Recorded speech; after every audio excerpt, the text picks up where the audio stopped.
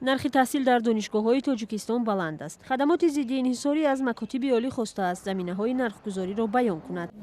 агар муассисаи таълимӣ беасос болоравии нархро пешбинӣ намояд, аз ҷониби хадамоти зидди инҳисорӣ ба мувофиқа расонда намешавад. нархи таҳсил дар донишгоҳҳои тоҷикистон аз 1500 сомонӣ то 18000 сомонӣ ё муодили 200 то 2000 доллар дар солро ташкил медиҳад. дар ҳолатҳое ки амалҳои қонунвайронкунии зидди инҳисорӣ, яъне қонун ҷумҳурии тоҷикистон дар бораи ҳимояи рақобат дар муассисаҳои таълимӣ ошкор карда шавад, тибқи кодекси ҳуқуқвайронкунии маъмурӣ нисбати хеле муассисаҳои таълимӣ ва роҳбарони онҳо ҷаримаҳо татбиқ карда мешаванд, чораҷӯиҳо. масъулин мегӯянд баъзе аз муассисаҳои таълимӣ бо пеш овардани хароҷоти худ пешниҳод карданд ки арзиши таҳсили пулакӣ то беш аз 20% боло бурда шавад. вақте ки ҳисоб карда баромадем аз 10 то 15% баландшавӣ вуҷуд дораду халос. дар макотиби олии тоҷикистон беш аз 70% донишҷӯён пулакӣ таҳсил мекунанд. ҳолатҳои таъхир дар пардохти қимати таҳсил барои ҳама донишгоҳҳои тоҷикистон хос аст.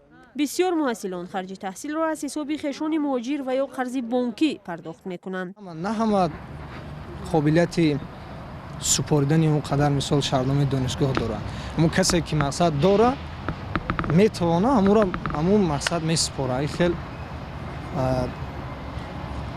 гӯем ки наметавонӣ танқисӣ мекашӣ мақсад ягон чизе мегирӣ ки ба худат вобаст боша. мисол коллеҷ мегирӣ ягон тараф донишгоҳи дигар. коршиносон мегӯянд зимни таҳияи нархномаи таҳсил бояд сатҳи зиндагии мардум ба инобат гирифта шавад ва он набояд ғайривоқеӣ боло бурда шавад. мушкилоти мардуми тоҷикистон дар он аст ки аксарияти мутлақи он шуғли муайян надорад ва ин ба қобилияти пардохти онҳо таъсири манфӣ мерасонад. тарз ва усули муайян намудани нишондиҳандаҳои макроиқтисодӣ ва микроиқтисодӣ низ нодуруст аст. аз 74 000 ҷое ки барои довталабон дар соли нави таҳсил ҷудо шудааст, 54 000 он пулакӣ буда, ҳудуди 20 000 онро давлат мепардозад.